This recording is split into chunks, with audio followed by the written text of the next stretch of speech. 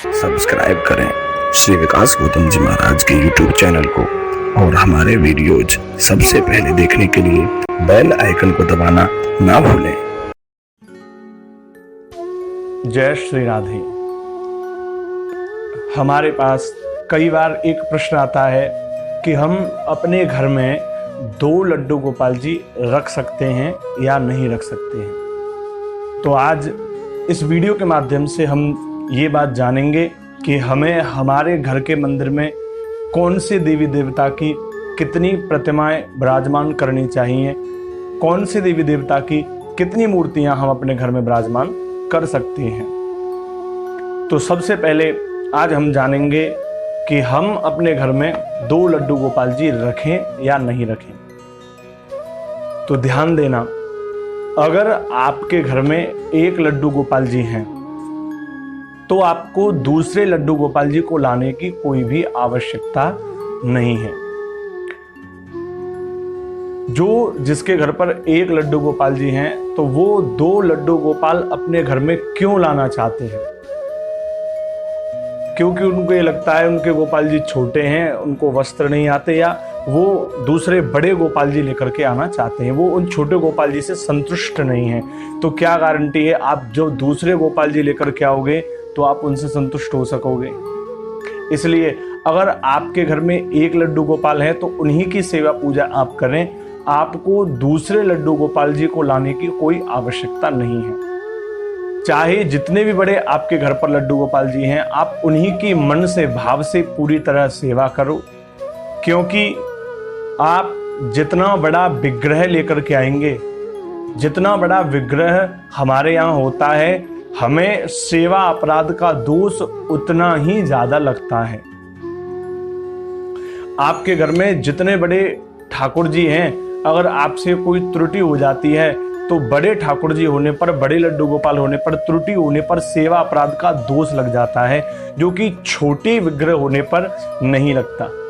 इसलिए अगर आपके यहाँ पर छोटा विग्रह है और आपसे कोई छोटी मोटी त्रुटि भूल हो जाती है सेवा में तो आपको दोष नहीं लगेगा। लेकिन अगर आप बड़ा विग्रह अपने घर में विराजमान करते हैं और अगर आपसे सेवा में कोई भूल हो जाती है तो उसमें सेवा में जो त्रुटि अगर हुई तो उसके सेवा अपराध का दोष भी लग जाता है।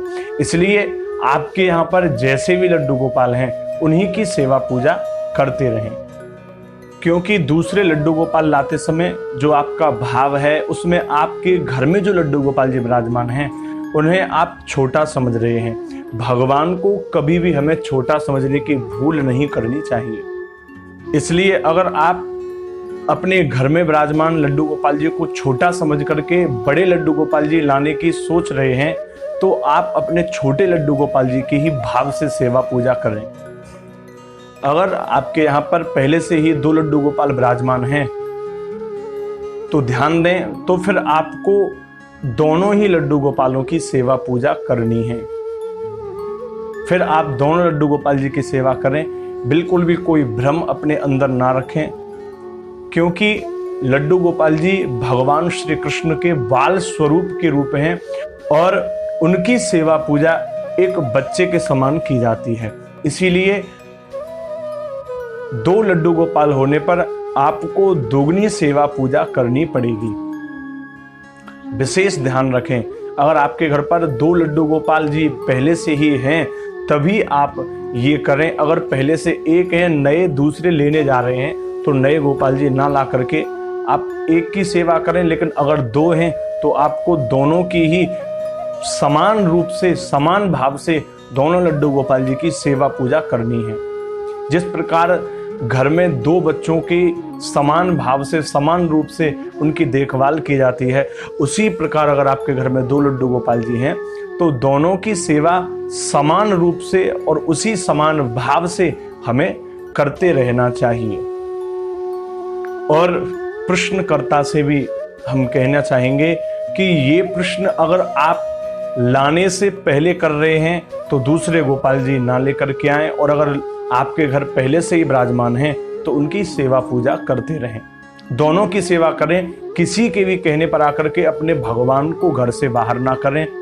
कोई अगर आपसे ये कहता है कि 2 लड्डू गोपाल जी होने पर एक को घर से बाहर मंदिर में रख दें या बाहर कहीं छोड़ दें, किसी और को दे दें, ऐसा ना करके भगवान को बाहर निकालने की जगह आप उनकी कही हुई बातों को अपने मन से बाहर निकालें और भगवान को अपने घर में स्थान दें। यदि 2 लड्डू गोपाल जी हैं तो दोनों को कृष्ण बलराम की तरह, 2 बच्चों की तरह आप एक को बलराम के भाव से देख सकते हैं और एक जो छोटे वाले लड्डू गोपाल जी हैं उन्हें कृष्ण के भाव से देखें और जो बड़े हैं उन्हें बलराम समझ करके उनकी सेवा करें। दोनों में समान भाव, समान दृष्टि, समान सेवा दोनों की हमें नित्य प्रति करनी है। आइए अब हम जानते हैं हमें अपने घर में किस देवता की कितनी प्रतिमाएं विराजमान करनी चाहिए। शास्त्रीय प्रमाणों के आधार पर आज हम ये बात जानते हैं। पंचदेव की पूजा के बारे में हम पहले ही वीडियो के माध्यम से जान चुके हैं कि हमें पंचदेवों की स्थापना किस प्रकार करनी है, क्योंकि हम सनातन हिंदू धर्म में जो पंचदेवों की पूजा का विधान है, सूर्य, गणेश, दुर्गा, विष्णु और शिव, इनकी पूजा हमें अपने घर में नित्य प्रति करनी चाहिए। तो उसी आधार पर अब हम जानते हैं हमें किसकी प्रतिमा कितनी अपने घर में विराजमान करनी चाहिए। ग्रहे लिंगम द्वयम नार्चम गणेश त्रियम तथा शंख द्वयम तथा सूर्यो नार्चो शक्ति त्रियम तथा। अर्थात हमें अपने घर में 2 शिवलिंग नहीं रखने चाहिए। 2 शिवलिंग, 3 गणेश जी की प्रतिमा, 2 शंख तथा 2 सूर्य की मूर्तियां, 2 सूर्य की प्रतिमाएं और 3 देवी माता दुर्गा की मूर्ति हमें अपने घर में नहीं रखनी चाहिए। अपने घर में 1 शिवलिंग हम रख सकते हैं, जो कि इस बात की पुष्टि करता है। कुछ लोग जो कहते हैं कि घर में शिवलिंग रखने से अनर्थ हो जाता है, उनकी इस बात का इस श्लोक के द्वारा खंडन होता है और यहाँ साफ स्पष्ट है कि घर में 2 शिवलिंग नहीं रख सकते, लेकिन 1 शिवलिंग अपने घर में हम रख सकते हैं। और गणेश जी की 3 प्रतिमाएं घर में नहीं रखनी चाहिए। 3 गणेश त्रियम तथा, इसलिए गणेश जी की 3 प्रतिमाएं हमें नहीं रख सकते हैं, लेकिन 2 प्रतिमा तक गणेश जी के घर में रखी जा सकती हैं। 2 शंख और 2 सूर्य की प्रतिमा नहीं रखनी चाहिए। घर में शंख भी 1 रख सकते हैं और सूर्य की भी 1 ही प्रतिमा घर में विराजमान करें। और ठीक गणेश जी की तरह ही दुर्गा माता की 3 मूर्तियां भी हमें नहीं रखनी चाहिए। 2 मूर्ति दुर्गा माता की भी घर में रख सकते हैं, लेकिन 3 मूर्ति दुर्गा माता के घर में नहीं रखनी चाहिए। 2 चक्रे द्वारका यास्तु सालेग्राम शिलाद्वयम तेषां तो पूजने नैव उद्वेगम प्राप्नुयाद ग्रही। अर्थात हमारे घर के मंदिर में 2 गोमती चक्र नहीं होने चाहिए और 2 सालेग्राम रख कर के पूजा करना, 2 सालेग्राम की पूजा करना भी वर्जित है। आप सारी बातों को अगर याद ना रख पाए तो बस इतना याद रखें कि गणेश और दुर्गा माता के अतिरिक्त किसी और देवी देवता की 2 मूर्तियों की स्थापना हमें नहीं करनी है।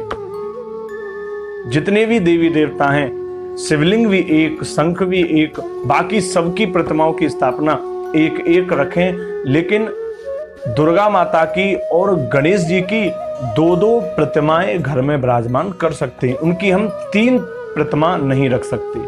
अगर आपके घर में 2 शिवलिंग या 3 गणेश जी की मूर्ति या 3 दुर्गा माता की मूर्ति, 2 शंख इत्यादि हैं या 2 सालिग्राम की स्थापना विराजमान आपने अपने घर में कर रखे हैं, तो शास्त्र प्रमाण कहता है उस घर में हमेशा अशांति ही बनी रहती है, उस घर में कभी शांति नहीं बन सकती है। तेषां तु पूजने नैव उद्वेगम प्राप्नुयाद ग्रही। अगर गणेश और देवी माता की प्रतिमा के अतिरिक्त आपने किसी अन्य की प्रतिमा 2 रखी हुई है, सालिग्राम जी अगर आपने 2 रखे हुए हैं, तो उस घर में शांति का वातावरण ना होकर के अशांति फैल जाती है। इसलिए हमें हमारे घर में 1-1 प्रतिमा विराजमान करनी चाहिए। अगर 2 प्रतिमा रखनी है तो सिर्फ गणेश और माता देवी की, माता दुर्गा की 2 प्रतिमा आप अपने घर में रख सकते हैं। बाकी एक ही देवता की 2 प्रतिमाएं रखना वर्जित है, चाहे वो शिवलिंग हो या सूर्य हो, अन्यत्र कोई भी देवता हो। उनका शास्त्रीय प्रमाणों के आधार पर यहाँ पर ये उल्लेख दिया गया है कि यदि आप 2 शालिग्राम रखते हैं तो घर में अशांति हो जाती है। इसलिए हमें अपने घर के देवी देवताओं में, अपने घर के मंदिर में इस प्रकार से देवी देवताओं की मूर्तियों की स्थापना करनी चाहिए। उनकी मूर्तियों को विराजमान इस प्रकार करना चाहिए जिससे हमारे घर में शांति बनी रहे। किस देवता की मूर्ति को कैसे विराजमान करना है ये आप हमारे पहले वीडियो में भी जाकर के देख सकते हैं कि किस देवता की मूर्ति कहां पर विराजमान करें। जय श्री राधे।